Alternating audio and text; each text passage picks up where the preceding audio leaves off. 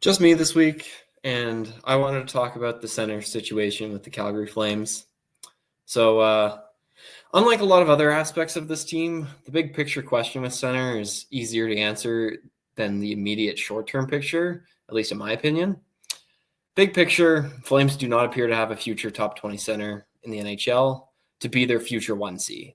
The only prospects in the Flames prospect pool that project as potential centers are Luke Misa and Rory Cairns, neither of whom project to have the ceiling of a first-line center in the NHL for a contending team. Although both are having nice seasons with the Steelheads and Wranglers, respectively, I should add. On the roster, the Flames have two players that I really like under the age of 27, who I think can be good middle six centers with Zary and Frost. But I don't think it would be fair to either player to say that you were counting on them to be your 1C when you're contending for a Stanley Cup.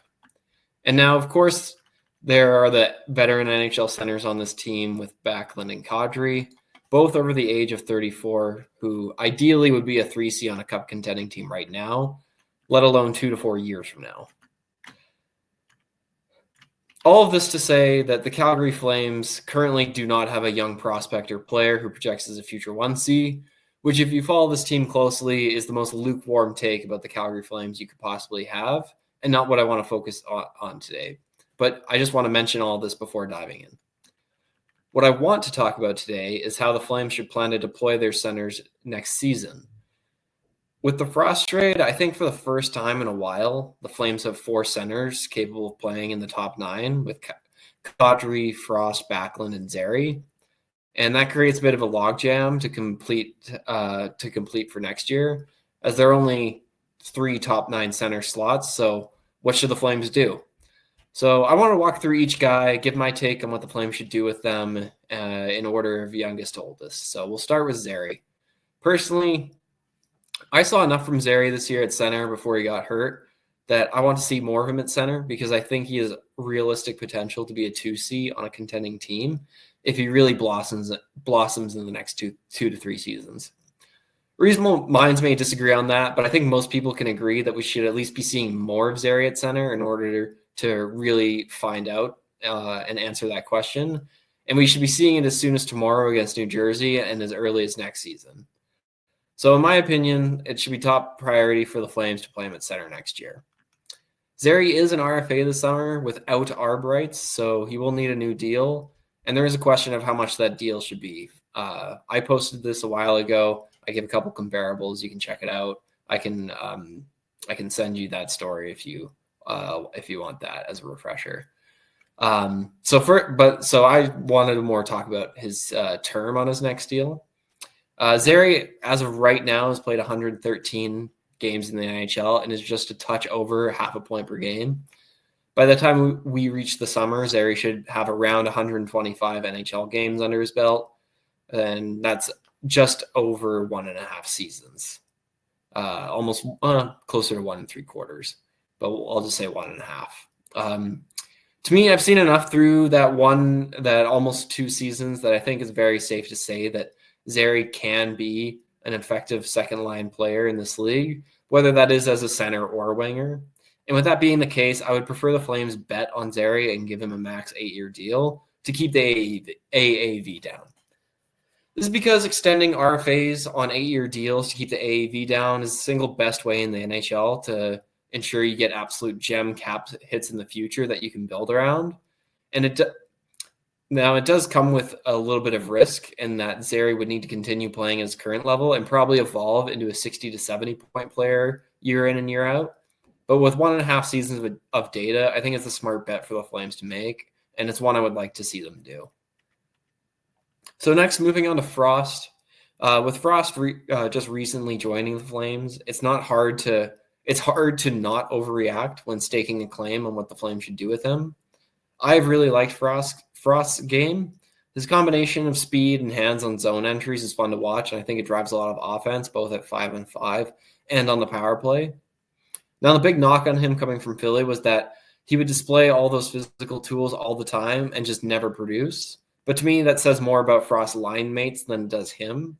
Both in Philly and Calgary, I don't think Frost has had a long stretch of time with a super skilled winger that can turn all his strong play into points. And down the stretch of the season, it'll be interesting to see him with Huberdeau and Coronado, because that game last night against the Rangers, they really cooked. Again, everyone did, because the Rangers were absolutely terrible last night, but I digress. Anyways, what to do with Frost next season? Frost is also an RFA this summer, but he has ARB rights. And to me, this makes Frost the perfect candidate, perfect player to go short term on, and for a couple of reasons. One, the number of games played he will have had with Calgary this summer, it will be about 30 games. And I think it's not a hot take to say that if you want it to commit 8 years to a guy, you probably would have wanted him to play more than 30 games for you. So just a really small sample size either way. The other thing is his age. At 25, Frost is by no means old, but he also isn't young. So he could be a part of the Flames' future, maybe, but I don't think it's an absolute pillar that the Flames are building around. And it's more they view Frost as a player that they're optimistic about, that he might evolve into something, but it's a question. So if the Flames sign Frost to a 2 to 3 year deal this summer, that takes him right to UFA, and then that gives themselves a full season or two to evaluate Frost as a Flame to make a more informed decision on whether or not he fits in the long term. If he elevates his game and he becomes something more, it'll be expensive to keep him, no doubt, but that would be a great problem to have. If he continues to be the player he is and the team is a seller next deadline, then the Flames could potentially use him as a trade chip and get an absolute haul for him based off his position and age.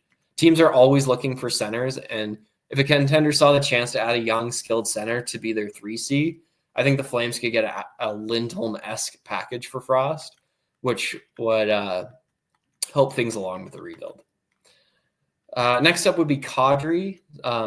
This is kind of where things start to get interesting for next year, because to me, 2 of your top 3 centers next year need to be Zary and Frost. And so for the past year or so, we've heard rumblings that contending teams might be interested in adding Kadri as their 3C to help push them over the top. I don't think the talks have ever been really that serious, because Kadri will be 35 to start next season and will still have 4 more years left on his deal, which makes trading Kadri complicated. Thanks, Brad. But with the cap going up and Kadri still producing over 60 points a season, I think it's possible that a desperate team may want to acquire him this summer. I don't think the Flames could get much for Kadri due to his age and the years left on his deal, but I think the possibility exists that they may be able to get a mid-round pick for Kadri if they don't retain and they don't add sweeteners to the deal. And if that's the case, then I think the Flames should be trading Kadri this summer. Why? Well, it comes down to 2 reasons. One, what I always ask myself every time the Flames make a decision at this moment in time is, what makes the Flames better in 3 years? 38-year-old Nazem Kadri at his cap hit, or the small percentage odds of getting a quality NHL player with a mid-round pick? Even though it isn't much, the mid-round pick for the Flames is worth more than Kadri in 3 years, because Kadri in 3 years really, I would not expect to be worth anything. The other reason being the process of making your team younger is never complete. I talked a little bit about this around the deadline, but team building is not a sprint with a defined start and finish, but it's a constant cycle. Players are always aging, and if the Flames have the opportunity to get younger and get an asset for it, then I think they need to be doing it. Okay, so what if a deal for Kadri in the summer does involve retention, or the Flames have to add a sweetener? Then I don't think it's worth it for the Flames to make that deal, and now we move on to the last center, and that being Backlund.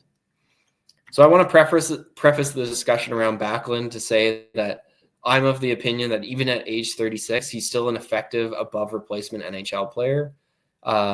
Is he the player he was 3 to 4 years ago? No, but I still believe him to be a good NHL player. With that being said, if the Flames can't move on from Kadri this summer, then it creates a bit of a question of what to do with Backlund. Because I've also said I think Zary and Frost need to be playing top 9 center minutes.